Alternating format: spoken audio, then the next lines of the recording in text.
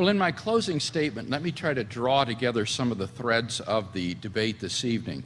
First, I've tried to establish that there are 4 facts about the historical Jesus that any adequate historical hypothesis has to account for. First, the burial. Now, we both agree with the historicity of the burial of Jesus. The whole dispute comes down as to the significance of the burial for the belief in Jesus' resurrection. And Dr. Lüdemann didn't answer my point that it doesn't matter how long after it was the disciples began to preach, as long as there was a decaying corpse in that occupied tomb that would silence belief in the resurrection. But he responded, we don't know the relationship of the corpse to the resurrection body.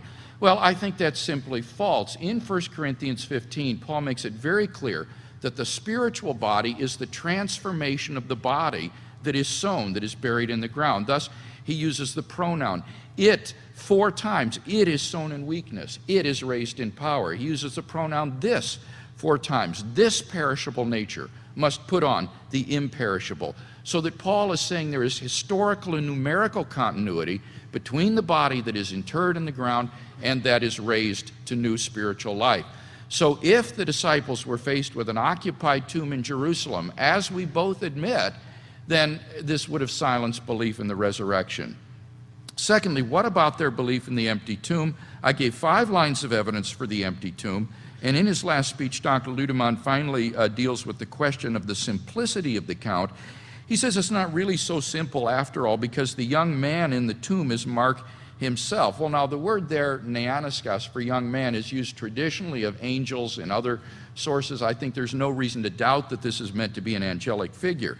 But more importantly, I think, the women's silence that Mark is talking about here, I don't think was meant to be permanent. He means they didn't tell anybody along the way as they went to find the other disciples. They didn't speak to anyone because they were afraid. An excellent paper by Larry Hurtado was given this last November at the AARSBL meeting, Society of Biblical Literature, making precisely this point on the women's silence.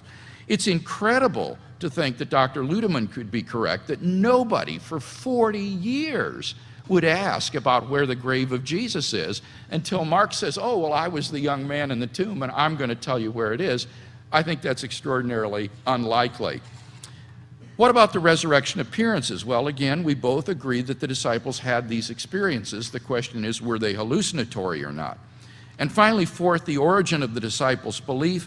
Again, I think we've seen that the disciples' belief is extraordinary. It is un-Jewish. It can't be accounted for in light of prior Jewish influences, and therefore cries out for some sort of explanation. Now, the best explanation of these 4 facts, I submit, is the resurrection of Jesus. And basically, that's gone uncontested in tonight's debate. The only problem with believing in the resurrection is that it's miraculous, and that's going to hinge on whether or not you believe God exists.